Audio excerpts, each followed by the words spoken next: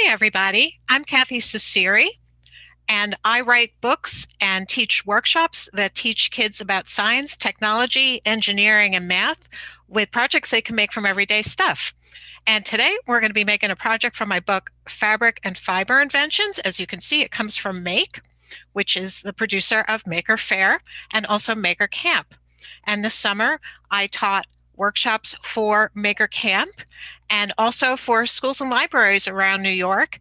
The Monroe County Library System was one that I did classes for. I also want to mention before I get started that I have some workshops coming up for Maker Camp. On Monday, I'm going to be teaching a workshop on how to make a disembodied glowing hand that you can also program. And that will be 7 p.m. Eastern on the Maker Camp channel. And I'm also getting ready to teach a 5-week robotics course for Maker Camp. And you can go to makercamp.com to get details about that. Okay, so let's talk about the project we're going to be making today. We're going to be turning a T-shirt into a lovely tote you can use for shopping now that everybody has to bring their own bags to the supermarket. This is really handy. And as you can see, I made this one from a lovely Maker Camp T-shirt. But I'm going to be demonstrating today with a smaller T-shirt so that it fits on my work table here and you can see what I'm doing. And I have a top-down camera, so I will be able to switch back and forth and show you what's going on.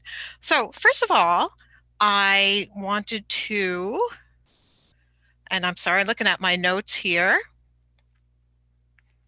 Oh, let me show you what you're going to need if you want to work along with us. You're going to need a T-shirt. You can use any kind of T-shirt. You want to use a T-shirt that you are okay with cutting up because we're going to be cutting parts of it off to make that tote bag. The best kind of T-shirt is one that has a design that's not too close to the top or the bottom. So I'm actually going to be using this one as our sample today because I think that color will show up well as I am showing you on my camera. So we're going to be talking about the science, technology, engineering, and math of fabrics. And that may sound like a strange thing, the idea of fabric inventions, but when you think about it, there's all kinds of miracle fabrics. There's Gore-Tex, which where I am today, it's raining. Gore-Tex is a fabric that they use for rain clothes and for waterproof boots because it is designed in a special way so that air can flow and it can breathe, but water can't get in. So that is some engineering and probably a little chemistry that went into making that type of fabric. Another type of miracle fabric is Kevlar, which actually is used to stop bullets in bulletproof vests. So there can be a lot of engineering in modern day fabric, but even just the concept of making fabric involved engineering. The idea of taking cotton from a plant or wool from the back of a sheep and turning it into thread and turning that thread into fabric. All of that took an invention type of thinking. Engineering and science and chemistry and all those things had to come together in order to make those inventions, even though they came from so long ago. So what I'm going to do before we get started, and if you want to gather your materials, which of course I didn't mention the materials, so let's go through. So we have the T-shirt. The only other thing you absolutely need is scissors, but it is good to have masking tape and a pen and a ruler. So those are all the things if you want to gather them while I am talking about other kinds of inventions and projects that you can see from my book. So we're talking about taking thread and turning it into fabric. So one of the projects is a cardboard loom, very simple. It's just got notches cut in the top of it and regular yarn to be the lines that go up and down. And the parts that go in and out are actually T-shirt yarn. And there are instructions for making T-shirt yarn in the book, and I'm going to be showing you how that works as well. So this is weaving. That's one way of making fabric by just taking yarn. Now another way is knitting. And this is a teeny tiny, not sure you can even see this, a teeny tiny little piece of knitting. And the knitting needles are toothpicks with beads glued on them. And this can be like a pin. So this was actually the first project I ever learned how to Okay. knit. So what do you get when you combine circuit boards with origami? Well, honestly, So, so I would have thought nothing. sorry, got a little distracted by some video there. Okay, other ways that you can combine threads to make fabric besides knitting and weaving is crochet. So this was a project designed by a friend of mine, Rebecca Angel Maxwell. She likes tea, so she decided to make a sculpture out of crochet that looked like a teacup. I made mine look like hot chocolate with a little bit of whipped cream on it, but the magical thing about this is that you can unwrap it and it becomes a scarf. And you can actually pass the end of it through that mug handle there and tie it around your neck. So I just think this is a wonderful invention, and instructions for this are in the book. A chocolate mug made with crochet. So now we're going to talk a little bit about different kinds of fabric. So one of the things I show you how to do in the book is to shrink old wool sweaters and make felt. And what happens when you shrink them is that the fibers get closer together, and that makes a nice solid piece of fabric that you can cut without the ends of it unraveling and you don't have little threads coming out. So I took some old sweaters and I made a nice ear warmer that you wear like a headband. And I also decided on this one to add some electronics. So what I have here is a little programmable microcontroller board. This one is called a Gemma. It's by Adafruit.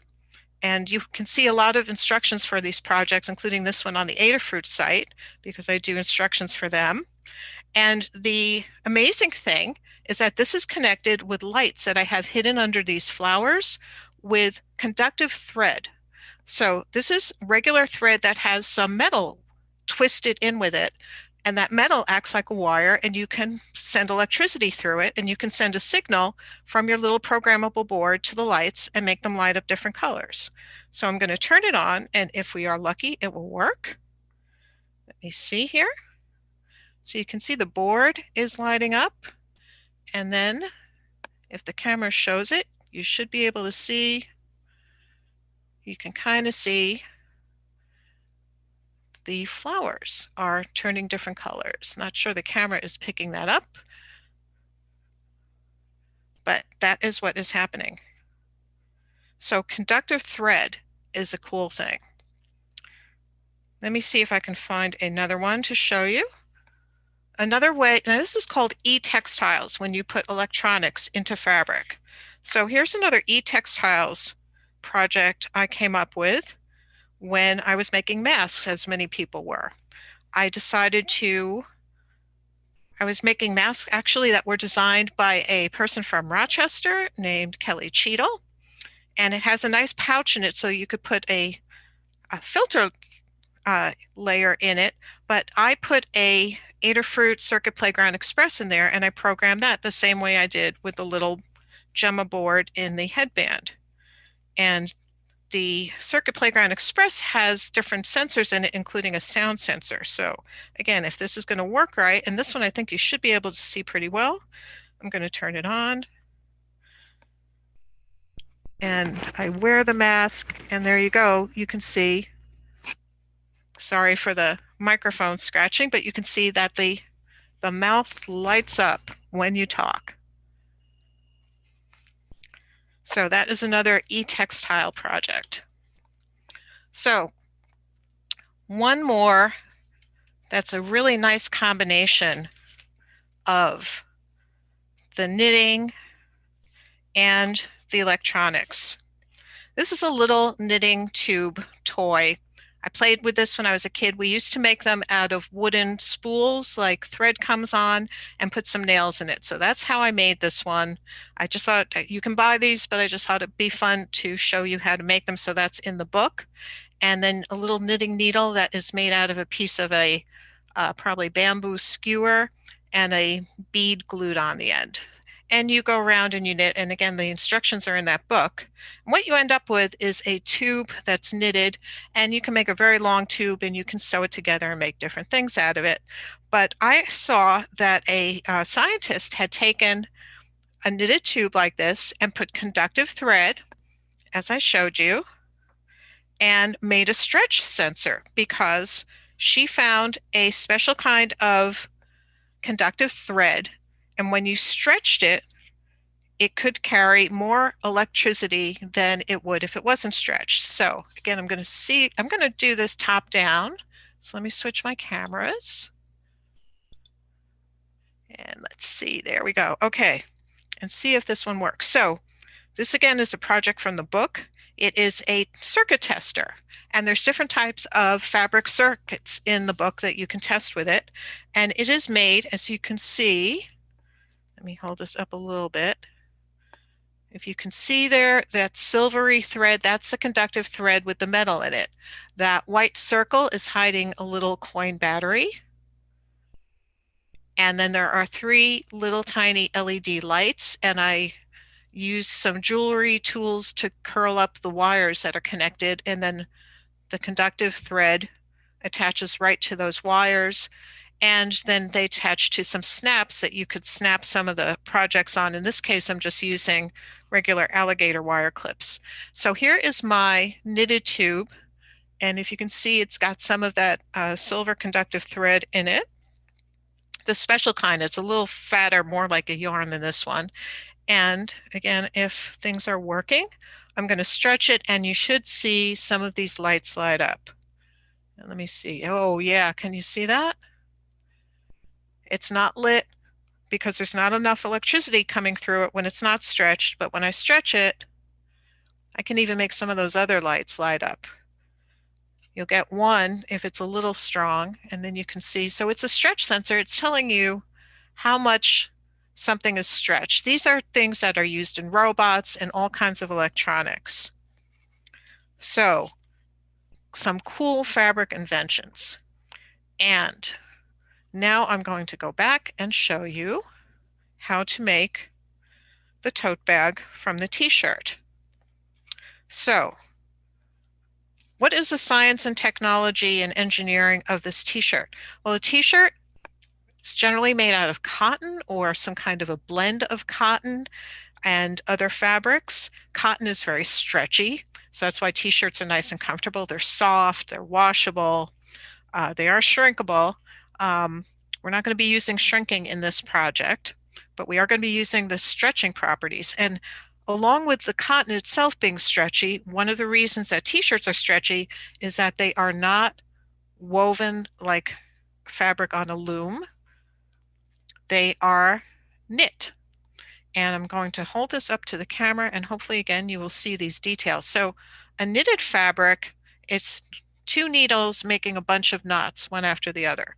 And this type of a knit that's the same as the T-shirt is called jersey. It's got a knit stitch on the front, and if I hold this still, you should be able to see it looks like a bunch of V's, and on the back it looks like many rows of loops. And there are different kinds of T-shirt fabric. Some fancier T-shirts are made with a knit where it looks like the knit stitch on both sides. Those will not stretch as well. You can still use them, but really, in general, most T-shirts will work for this. And let me just get started here. So, okay, so the first thing we're going to do, this is what it looks like. We're going to, just to tell you, a little preview, we're going to cut off the collar, and we're going to cut off the sleeves, and we're going to cut the hem off the bottom. And to close it up, we're just going to make a bunch of strands of that T-shirt yarn, basically, by stretching it.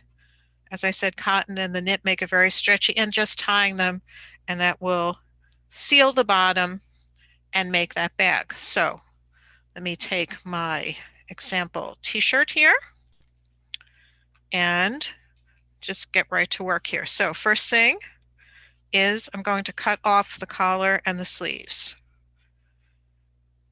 And if you are working along with me at home, feel free to ask questions in the chat, and I can help you. So I'm going to make it a little bit of a bigger opening than the actual collar so that I have some bigger handles, because these are going to be the handles that you hold it by. And I'm cutting the front and back together so that they're even. And how neat you want to be with this is up to you. You can take some round can or bowl and trace it and make a nice neat circle. I'm fine with just doing it roughly, what we call eyeballing it. So that's the top, and now I'm going to cut off the sleeves and make the rest of the handle. Whoops, let me do it this way.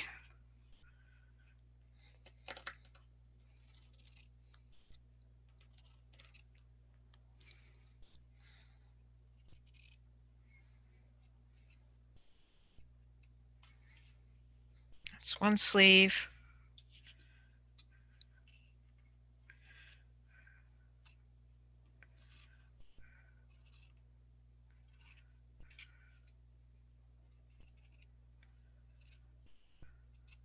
And there's the other. Okay, so sorry, I'm working upside down from you. So there's my handles. And so this particular t-shirt has a weird label, I realized, on the bottom, and I'm going to have to cut that off, unfortunately, because it will get in the way of the fringe that we're going to make on the bottom. So normally you could just cut that seam off and leave nice long fringe. I'm going to have to cut right above there. And I'm going to turn it this way so I can cut. And again, I'm making this with a very small size t-shirt just so that it fits on my workspace here. A medium size t-shirt will probably work best. If you have a super large one, like that pink bag I made, that is fine for carrying lightweight things. If you try to fill it up with groceries, it stretches so much that it might drag on the ground. So think about how much stretch there's going to be in your t-shirt as you are making it. So now we're ready to make the fringe, and this is where some masking tape comes in handy.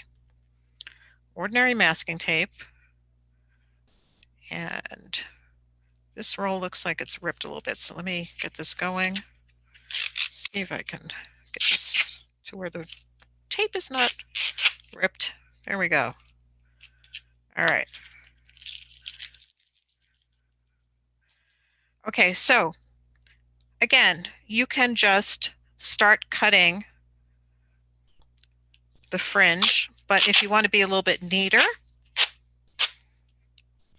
you can take the masking tape and mark the line that you want your fringe to go up to. And again, we are going to be pulling and stretching this fringe, so it's going to be longer than what we cut. So again, I'm just eyeballing this. It's not even at the bottom, but it's going to be fine. And then where the ruler comes in, if you want to make some marks so that your fringe is even, I have found that a good width is about 3/4 of an inch. So I can just write on my tape with a pen, mark 3/4 of an inch all the way down.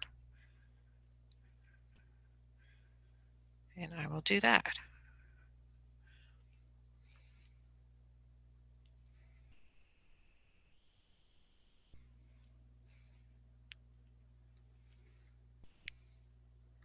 One, two, three, losing count here.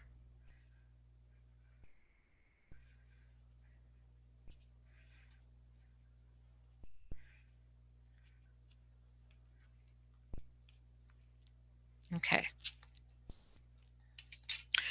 This particular t-shirt has seams on the sides. Some t-shirts don't, so we will probably have to cut those seams off as well, but we'll do that later.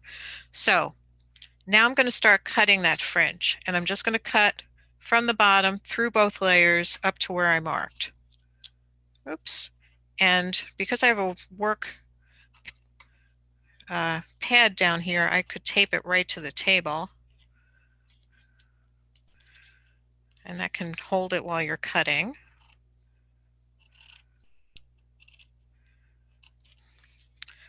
If you are a sewer and you have a rotary cutting tool like that, and if you are a very careful person, you could also just cut with your rotary tool. This is probably not for little kids, but for kids that can handle tools safely, this is a little easier and quicker.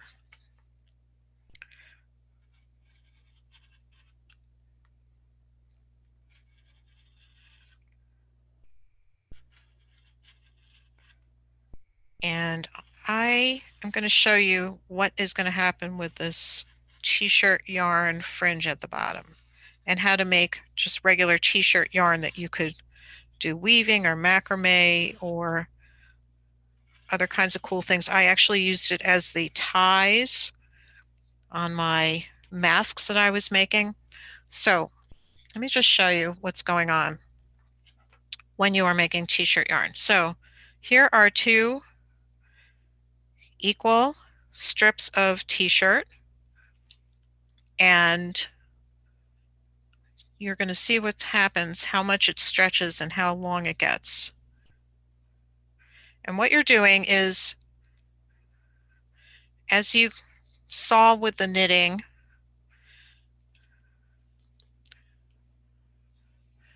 there are little gaps, little holes. It's not as tight as weaving. You can make it super tight, but there's always going to be these little gaps in there. So when you're stretching it, you are just stretching the gaps to go in a different direction.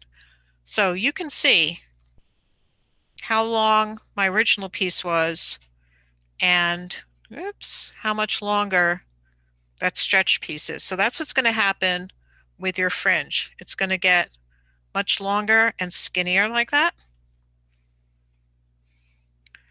And that makes it easier to tie. So as I said, the inside of this shirt happens to have a seam and some labels here, so I'm going to cut that off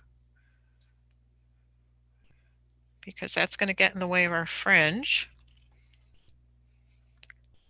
I'm just going to cut the seam off at that point. And the whole label, just take that right off. You might want to look before you start cutting your fringe where the label is that you're going to need to get rid of. I just luckily happened to pick that area. And the other side doesn't have the label, but it does have, no, actually this side doesn't even have a seam, so I'm good. Actually, I'm just going to cut it. Oh, there's a seam, I kind of missed it, so I'm going to cut that off there. And what else do I have here? I think I need to cut this one. So we want matching fringe front and back, because that's what we're going to tie together to seal that bottom. So at this step, I'm going to cut that extra little bit of seam off. We're just going to, again, if it's held down to your table, that's helpful. You're just going to stretch it and get that long piece of T-shirt yarn that you're going to be able to tie. And so the next step is just going front and back and stretching every single piece. This is a really easy project, and when I started teaching online, I picked this project because I was trying to think of what materials would kids be likely to have at home. If they didn't have any kind of special materials, they probably had an old T-shirt lying around. And there are many things you can do with old T-shirts. And T-shirt yarn, as I said, can also be used for many things. So it's a good crafts material. It saves the environment by keeping things out of the landfill. And you can make some cool things with it. I really like projects that use recycled materials. You'll see that a lot in my workbooks. And also, if there are any teachers or homeschooling parents or other educators listening, I'm going to be giving another presentation at 4 p.m. today, and I'm going to be talking more about different projects that kids can easily do at home with materials that they have around the house, and how you can use that to teach science and technology and engineering and math, even if you don't have a laboratory and a robotics kit and all kinds of things that you would normally have in a classroom, because I know a lot of kids are learning from home and a lot of teachers are still teaching from home right now. So I'm almost done pulling all my T-shirt yarn here.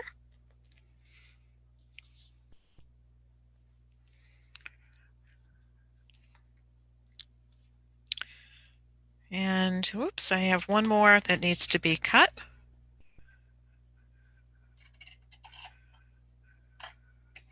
Okay, so one more front and back.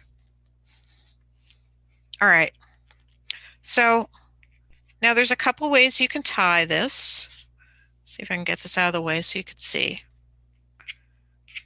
So the next step is just to go, and you do want to go from one end to the other to tie it so you don't end up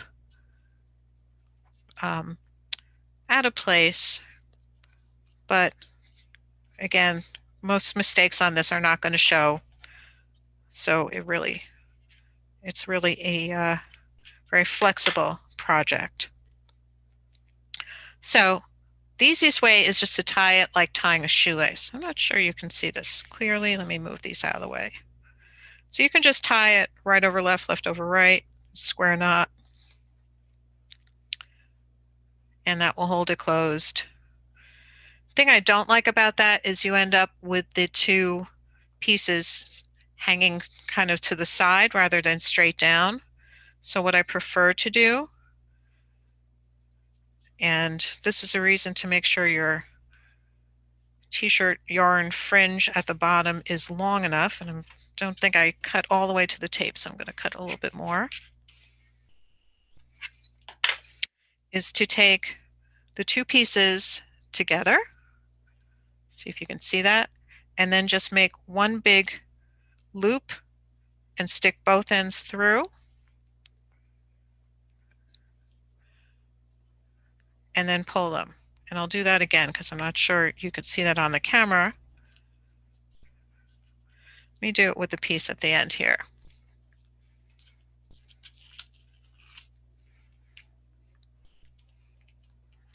All right, so I am taking, oops, and my hand is in front of the camera. There we go. I've got the two pieces.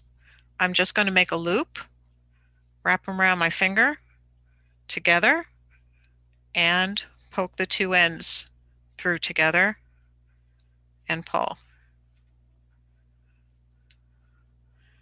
And then you get the two ends tied nicely and they lie straight down.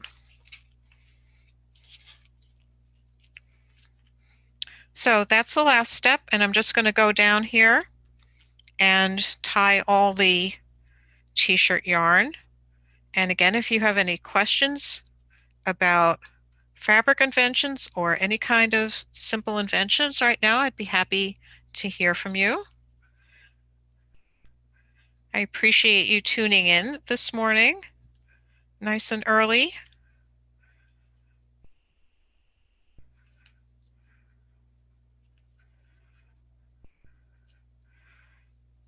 And I'm just going to tie these all together. Let's see. I think this one ended up being a little short, but I'll pull it.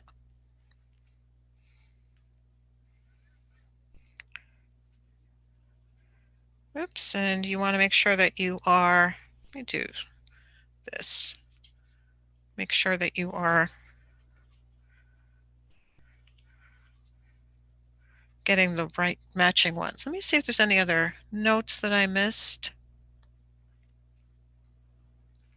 One cool thing about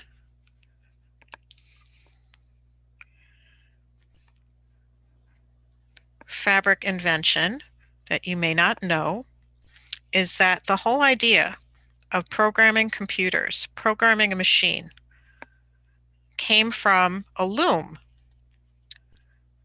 and basically a very complicated version of the little cardboard loom that I showed you.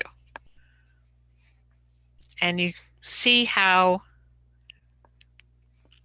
you can make patterns by changing the colors. So there was a factory that had a loom that made fancy rugs with fancy patterns in them. And it's called a Jacquard loom in France. And what Mr. Jacquard invented was a way to program his machine that was weaving. And I believe this was even before electricity, so it probably was water powered. And the way that he programmed this machine so that it would know which color to choose next was he used punch cards, which are cards that have little holes in them, and then pins in the machine on some kind of a turning device, like a tube, would turn and the pins would fit in the holes, and that would make the machine move in a certain way so that certain colors would be used at certain times. And the very first computers also used punch cards the same way, except that punch cards in computer times were made with paper rather than wood. But the whole idea of programming computers was inspired by the Jacquard loom.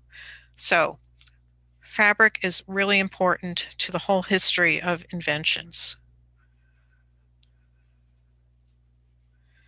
And I'm going to switch back to my front camera.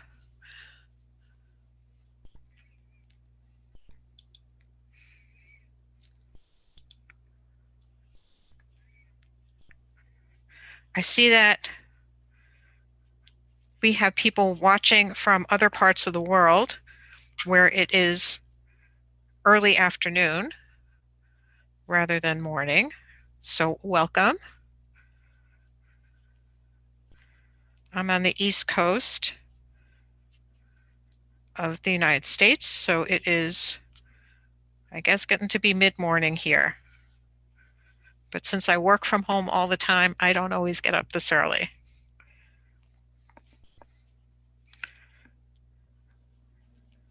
So I'd be interested in hearing if anybody has some good recycling projects using fabrics, because I'm always looking for more projects to add to my repertoire. So if there's anything that you've done that you'd like to mention, you can go right into the chat if you're on Zoom. And I assume, I'm not sure if you can make comments on the YouTube channel as well. And there are people from Maker Faire that are watching that for me, since I can't read and do this very important work of pulling T-shirts at the same time. I'm almost done here. This is not as small a baby T-shirt as I use in some of my projects. I ran out of tie-dye T-shirts, unfortunately. I had a whole bunch because tie-dyeing was another project in the book. So I guess another thing I can talk about is decorating T-shirts, especially if you have just a plain T-shirt, or even if you want to dress up a T-shirt that's already got some kind of a pattern on it. There are projects in the book that show you how to do silk screening, how to do sun printing, which is really cool. If it's a sunny day, you can take some ordinary acrylic paint and make sun prints that almost look like photographs. They're kind of shadows. And you can also do embroidery. You can add appliques, which is similar to quilts, little pieces of fabric that make patterns and sew them on your T-shirt. So you can fancy up your plain T-shirt to make a very fancy bag. I think I'm almost at the end here. Yep, I only got a couple left. And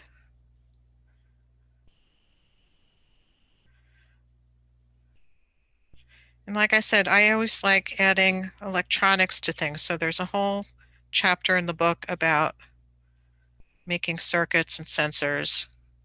That to me was the most fun. And if you look at my other books, they overlap a lot. So there's often a cooking project thrown into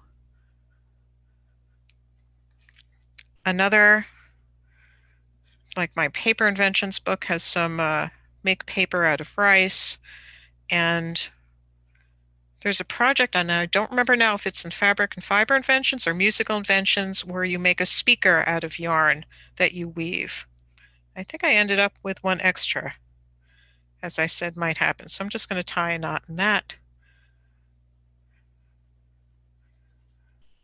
All right.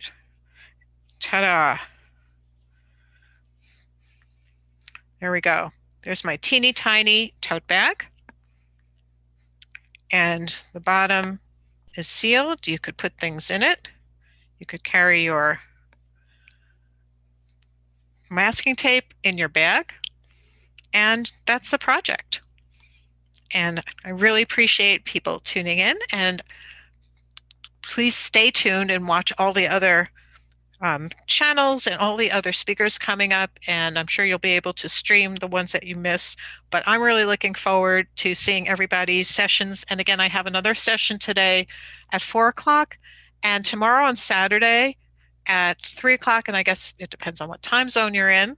I'm speaking from Eastern time zone when I have to make sure that I'm on camera. I'll be part of a panel of people that were presenters on Maker Camp over the summer. So I look forward to seeing you again.